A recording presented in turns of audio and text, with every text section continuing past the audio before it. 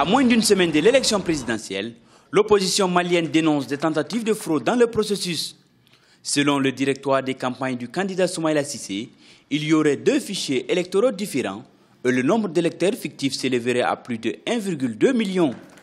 Le candidat Soumaïla Cissé a affirmé que le fichier électoral mis en ligne le 4 juillet par les autorités était totalement différent du fichier audité le 27 avril par l'Organisation internationale de la francophonie. Pour nous, il y a un seul fichier, c'est le fichier audité par les experts internationaux.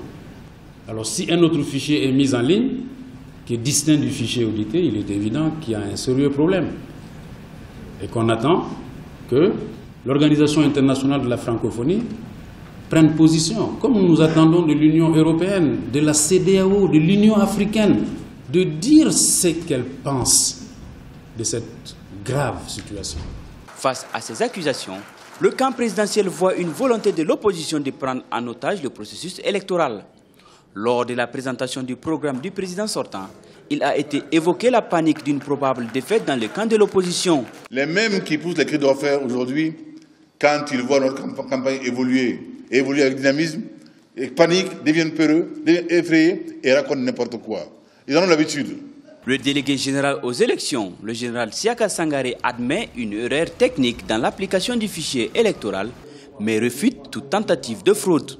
Le général Sangaré rencontre dès ce lundi les experts des différents candidats.